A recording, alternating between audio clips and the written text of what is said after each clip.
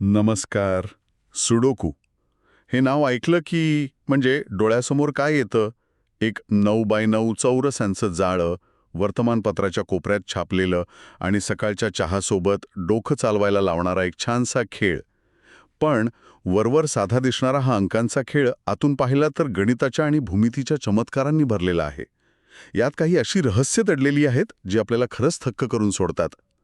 आज आपण अशाच एका एका सुंदर रहस्याची उकल करणार आहोत. त्याचं नाव आहे फिस्टोमेफिल रिंग. आता हे नाव थोडं विचित्र वाटेल, पण ते फिस्टोमेफिल नावाच्या एका जर्मन सुडोकू रचनाकाराच्या नावावरून आलं आहे, ज्याने काही वर्षांपूर्वी हा विलक्षण शोध लावला. गंमत म्हणजे ही रिंग प्रत्येक पूर्ण झालेल्या सुडोकूमध्ये अस्तित्वात असते. मग जे फिस्टोमेफिल रिंग प्रकरण नक्की आहे तरी काय, आणि ते इतकं खास काय आहे? चला याचा तळ गाठूया. अगदी. आजच्या चर्चेचा उद्देश हाच आहे की ही फिस्टोमेफिल रिंग काय आहे हे समजून घेणं आणि ती प्रत्येक सुडोकूमध्ये कशी लपलेली असते हे पाहणं. पण त्याहूनही महत्त्वाचं म्हणजे यामागचं जे गणित आहे ना, ते इतकं सोपं आणि सुंदर आहे की ते कळल्यावर सुडोकूकडे बघण्याचा दृष्टिकोनच बदलेल. यासाठी आपण सेट इक्विव्हॅलेन्स थिअरी म्हणजे संच समानता सिद्धांत नावाच्या एका संकल्पनेचा आधार घेणार आहोत. नावावरून अवघड वाटलं तर ही संकल्पना अगदी सहज समजण्यासारखी आहे. उत्तम. चला तर मग सुरुवात करूया. श्रोत्यांना सुडोकूचे नियम माहीत असतीलच, पण तरीही एकदा पटकन सांगतो. नियम सोपे आहेत. प्रत्येक आडव्या ओळीत, प्रत्येक उभ्या स्तंभात आणि प्रत्येक 3x3 बॉक्समध्ये 1 ते 9 हे अंक फक्त एकदाच आले पाहिजेत. कोणताही अंक परत येता कामा नये. आणि याच एका नियमावर की नाही हे सगळं गणित अवलंबून आहे. बरोबर. आणि याच नियमांमधून संच समानता सिद्धांताचा जन्म होतो. हा काही फार मोठा सिद्धांत नाहीये, तर एक साधं निरीक्षण आहे. विचार करा, जेव्हा सुडोकू पूर्ण भरलेलं असतं तेव्हा प्रत्येक ओळ म्हणजे काय, तर 1 ते 9 अंकांचा एक पूर्ण संच म्हणजे एक सेट. तसंच प्रत्येक स्तंभ आणि प्रत्येक 3x3 बॉक्स हा सुद्धा 1 ते 9 अंकांचा एक स्वतंत्र संच असतो. आता खरी गंमत सुरू होते. कल्पना करा की आपल्यासमोर एक पूर्ण भरलेलं सुडोकू ग्रिड आहे. आता आपण त्यातून काही भाग निवडूया. ठीक आहे, मी कल्पना करतोय. समजा आपण 3री आडवी ओळ आणि 7वी आडवी ओळ निवडली आणि त्यांना लाल रंगाने रंगवलं. ह्या 2 ओळी म्हणजे 1 ते 9 अंकांचे 2 पूर्ण संच झाले. आता त्यासोबतच आपण कोणतेही 2 3x3 बॉक्स निवडूया. उदाहरणार्थ 6वा बॉक्स आणि मधला म्हणजे 5वा बॉक्स. त्यांनाही आपण लाल रंगाने रंगवू. आता आपल्याकडे लाल रंगाचे 4 भाग आहेत, 2 ओळी आणि 2 बॉक्स. समजलं. 3री ओळ, 7वी ओळ, 6वा बॉक्स आणि 5वा बॉक्स हे चारही लाल रंगात आहेत. याचा अर्थ या सगळ्या लाल रंगाच्या कप्प्यांमध्ये मिळून 1 ते 9 या अंकांचे एकूण 4 पूर्ण संच असले पाहिजेत. अंक कुठेही असोत, पण त्यांची एकूण संख्या आणि प्रकार निश्चित आहे. अगदी बरोबर. तुम्ही मुद्दा बरोबर पकडला. आपल्याला नक्की माहीत आहे की या लाल भागात 1 ते 9 अंकांचे 4 संच आहेत. आता आपण हे बाजूला ठेवूया आणि एक दुसरा गट तयार करूया. यावेळी आपण उभे स्तंभ निवडू. कल्पना करा की आपण पहिला स्तंभ, दुसरा स्तंभ, 8वा स्तंभ आणि 9वा स्तंभ हिरव्या रंगाने रंगवला आहे. 1 मिनिट थांबा. म्हणजे आता या 4 हिरव्या स्तंभांमध्ये मिळून सुद्धा 1 ते 9 अंकांचे 4 पूर्ण संच असणार, कारण प्रत्येक स्तंभ हा स्वतः एक पूर्ण संच असतो. बरोबर. आणि इथेच खरा हा क्षण आहे. आता आपल्याकडे 2 गट आहेत. एक लाल कप्प्यांचा गट ज्यात 1 ते 9 अंकांचे 4 संच आहेत आणि दुसरा हिरव्या कप्प्यांचा गट ज्यात सुद्धा 1 ते 9 अंकांचे 4 संच आहेत. गणिती भाषेत याचा अर्थ काय होतो? याचा अर्थ सरळ आहे. लाल कप्प्यांमधील सर्व अंकांची बेरीज आणि हिरव्या कप्प्यांमधील सर्व अंकांची बेरीज तंतोतंत सारखी असणार. हो, तंतोतंत सारखी असणार. जसं तराजूची 2 पारडी अगदी समान पातळीवर आहेत. दोन्ही बाजू पूर्णपणे समान आहेत. अगदी अचूक. तराजूची उपमा परफेक्ट आहे. दोन्ही संच गणितीयदृष्ट्या समान आहेत. पण आता पुढचा प्रश्न येतो.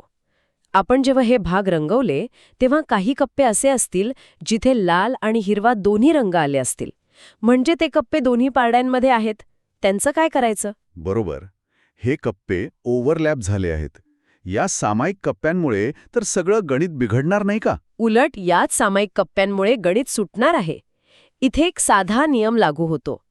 कल्पना करा, आपल्या तराजूच्या दोन्ही पारड्यांमध्ये तंतोतंत समान वजन आहे. आता जर तुम्ही दोन्ही पाड्यांमधून एक समान वजनाची वस्तू, समजा एक 100 ग्रॅमचं वजन एकाच वेळी उचललं तर काय होईल? तराजूचा काटा हलणार नाही. दोन्ही पारडी अजूनही समानच राहतील, कारण आपण दोन्ही बाजूंमधून समान गोष्ट वजा केली आहे. अगदी तसंच. आपला लाल संच आणि हिरवा संच हे 2 समान पारडी आहेत. आता आपण असा प्रत्येक कप्पा जो ओव्हरलॅप झाला आहे, म्हणजे जो लाल गटातही आहे आणि हिरव्या गटातही आहे, त्याला दोन्ही गटातून काढून टाकूया. आपण एक एक करून हे सर्व सामायिक कप्पे दोन्ही संचांमधून वजा करणार आहोत. प्रत्येक वेळी आपण दोन्ही बाजूंमधून एक समान अंक काढून टाकत असल्यामुळे उरलेल्या भागांची समानता कायम राहणार. एक मिनिट, ही कल्पना खूपच सुंदर आहे. पण हे गृहीत धरताना आपण एक मोठी गोष्ट विसरतोय का? आपण जे ओळी, स्तंभ आणि बॉक्स निवडले आहेत ते ठरलेले आहेत का? म्हणजे 3री आणि 7वी ओळ, पहिला आणि 8वा स्तंभ हेच का, की हे कोणत्याही 2 ओळी आणि 4 स्तंभांसोबत काम करतं? कारण तसं नसेल तर ही फक्त एक गणिती गंमत ठरेल, एक सार्वत्रिक नियम नाही. खूप महत्वाचा आणि योग्य प्रश्न आहे.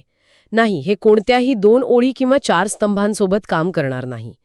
ही विशिष्ट निवड अत्यंत विचारपूर्वक केलेली आहे आणि त्याचं कारण आपल्याला तेव्हा कळेल जेव्हा आपण सर्व सामायिक कप्पे काढून टाकल्यावर काय शिल्लक राहतं ते पाहू. त्या उरलेल्या आकारातच ह्या निवडीचं सौंदर्य लपलेलं आहे. अच्छा, म्हणजे या निवडीमागे एक भूमिती आहे. ठीक आहे, मग आता मला उत्सुकता लागली आहे. चला हे सर्व ओव्हरलॅप होणारे कप्पे काढून टाकूया. मग या समान पारड्यांमध्ये शेवटी काय शिल्लक राहतं? जेव्हा आपण हे सर्व सामायिक कप्पे काढून टाकतो तेव्हा लाल रंगाच्या बाजूला एक अतिशय सुंदर आणि अनपेक्षित आकार उरतो. फक्त तेच कप्पे शिल्लक राहतात जे मधल्या 3x3 बॉक्सच्या भोवती एक रिंग किंवा वर्तुळ तयार करतात. एकूण 16 कप्पे. आणि याच रिंगला फिस्टोमेफिल रिंग असं म्हणतात. वा, म्हणजे लाल रंगाच्या भागातून एक सुबक रिंग तयार झाली. पण मग त्या हिरव्या रंगाच्या स्तंभांचं काय झालं? ते तर ग्रीडमध्ये विखुरलेले होते. पहिला, दुसरा, 8वा, 9वा स्तंभ. त्यातूनही काहीतरी अर्थपूर्ण आकार तयार झाला की ते फक्त उरलेले तुकडे आहेत? नाही, ते फक्त तुकडे नाहीत. तिथेही एक सुंदर समरूपता आहे. जेव्हा हिरव्या भागातून सर्व सामायिक कप्पे काढले जातात तेव्हा फक्त ग्रीडच्या 4 कोपऱ्यांमधले कप्पे शिल्लक राहतात. प्रत्येक कोपऱ्यात 2x2चा चौरस, म्हणजे 4 कोपऱ्यांमधले एकूण 16 कप्पे. अरे वा, म्हणजे आता आपल्याकडे 2 गोष्टी शिल्लक आहेत. लाल रंगाची फिस्टोमेफिल रिंग ज्यात 16 कप्पे आहेत आणि हिरव्या रंगाचे 4 कोपऱ्यांमधील चौरस ज्यात सुद्धा 16 कप्पे आहेत.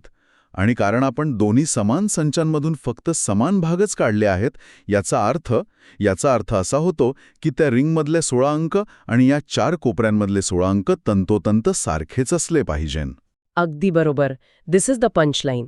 त्या दोन्ही गटांमधल्या अंकांचा संच एकच असतो. उदाहरणार्थ, जर त्या रिंगमध्ये 7 हा अंक 3 वेळा आला असेल तर त्या 4 कोपऱ्यांमध्ये मिळून सुद्धा 7 हा अंक 3 वेळाच येणार. एकही कमी नाही, एकही जास्त नाही. हे अक्षरशः प्रत्येक योग्यरित्या पूर्ण केलेल्या सुडोकूवर लागू होतं. सुडोकूच्या ग्रीडमध्ये 2 पूर्णपणे वेगळे दिसणारे भाग, एक मधली रिंग आणि दुसरे 4 कोपरे, गणितीयदृष्ट्या कायम एकमेकांशी जोडलेले असतात.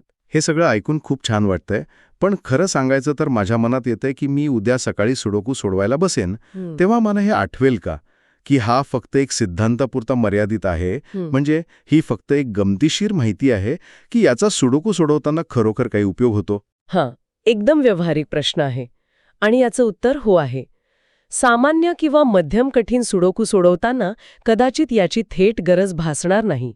पण जेव्हा तुम्ही अत्यंत कठीण, फिनिश पातळीची सुडोकू कोडी सोडवता, जिथे नेहमीच्या युक्त्या जसं की नेकेड पेअर्स किंवा एक्सविंग कामी येत नाहीत, तेव्हा हा सिद्धांत एक ब्रह्मास्त्र ठरू शकतो. ते कसं? एक उदाहरण देऊ शकाल का? नक्कीच. कल्पना करा, तुम्ही एका कठीण कोड्यात अडकला आहात. फिस्टोमेफिल रिंगमधल्या 16 पैकी 15 कप्प्यांमध्ये काय आहेत हे तुम्हाला माहीत आहे, पण एक कप्पा रिकामा आहे. त्याचवेळी 4 कोपऱ्यांमधल्या 16 पैकी 15 कप्प्यांमध्ये काय आहे हेही तुम्हाला माहीत आहे आणि तिथेही एक कप्पा रिकामा आहे. अशा वेळी तुम्ही काय कराल? मी दोन्ही गटांतील अंकांचे संच ताडून पाहीन. समजा रिंगमधल्या 15 अंकांमध्ये 5 हा अंक 2दा आला आहे, पण कोपऱ्यांमधल्या 15 अंकांमध्ये 5 हा अंक 3दा आला आहे. तर याचा अर्थ दोन्ही संच समान होण्यासाठी रिंगमधल्या त्या रिकाम्या जागी 5 हा अंक येणं अशक्य आहे आणि कोपऱ्यांमधल्या त्या रिकाम्या जागी 5 हा अंकच आला पाहिजे. अशा प्रकारे तुम्ही कोणत्याही पारंपरिक युक्तीशिवाय थेट उत्तर शोधू शकता.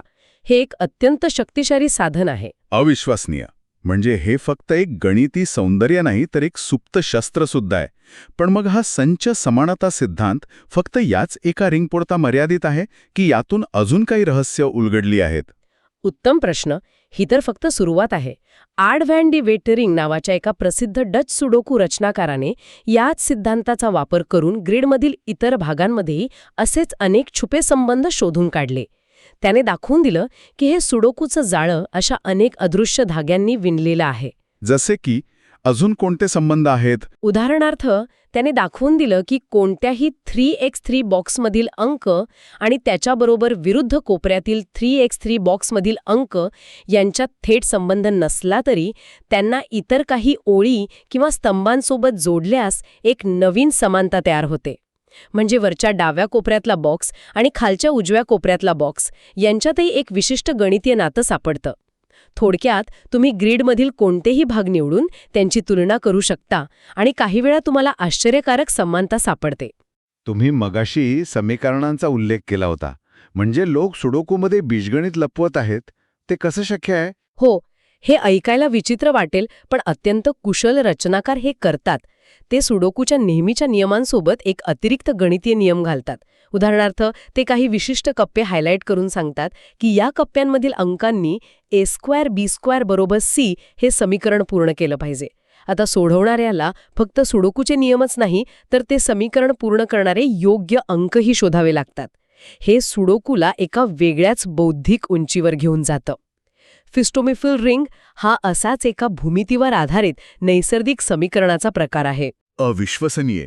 म्हणजे आपण ज्याला फक्त एक साधा अंकांचा खेळ समजतो होतो त्याच्या आत भूमिती, संच सिद्धांत आणि बीजगणिताची एक संपूर्ण दुनिया लपलेली आहे. आजच्या चर्चेचा सारांश सांगायचा झाला तर फिस्टोमेपेल रिंग हे प्रत्येक सुडोकूमध्ये लपलेले एक सुंदर गणिती संतुलन आहे. हे संतुलन संच समानता सिद्धांतासारख्या एका सोप्या पण अत्यंत शक्तिशाली कल्पनेनं सिद्ध होतं. आपण फक्त काही विशिष्ट ओळी, स्तंभ आणि बॉक्स निवडून आणि त्यातील सामायिक भाग काढून हे सिद्ध करू शकतो की ग्रीडच्या मधोमध असलेली रिंग आणि 4 कोपरे हे कायम एकमेकांचे गणिती प्रतिबिंब असतात. अगदी अचूक. आणि हे आपल्याला शिकवतं की अनेकदा गोष्टी वरवर दिसतात त्यापेक्षा खूप जास्त खोल आणि एकमेकांशी जोडलेल्या असतात. पुढच्या वेळी कोणी म्हणेल की सुडोकू म्हणजे फक्त वेळ वाया घालवणं, तेव्हा तुम्ही त्यांना संच समानता सिद्धांताबद्दल सांगू शकता. मग बघा काय होतं. नक्कीच. जाता जाता मी श्रोत्यांना विचार करण्यासाठी एक प्रश्न सोडून जाते. जर एका साध्या सुडोकूच्या ग्रीडच्या भूमितीमध्ये असे छुपे संबंध आणि संतुलन असू शकतं, तर आपल्या दैनंदिन जीवनातील इतर कोणत्या प्रणालींमध्ये किंवा संरचनांमध्ये, मग ती शहराची वाहतूक व्यवस्था असो, शेअर बाजाराचा चढ-उतार असो किंवा अगदी आपल्या सोशल मीडिया नेटवर्कची रचना असो, असेच न दिसणारे पण मूलभूत गणितीय नमुने, पॅटर्न्स लपलेले असू शकतात का? विचार करण्यासारखी गोष्ट आहे, नाही का?